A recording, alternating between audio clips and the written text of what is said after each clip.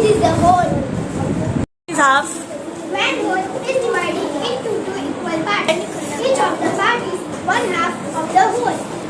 3/4. When an object is divided into four equal parts, three of its parts is called three-quarter. Quarter fraction. When whole is divided into four equal parts, one part is called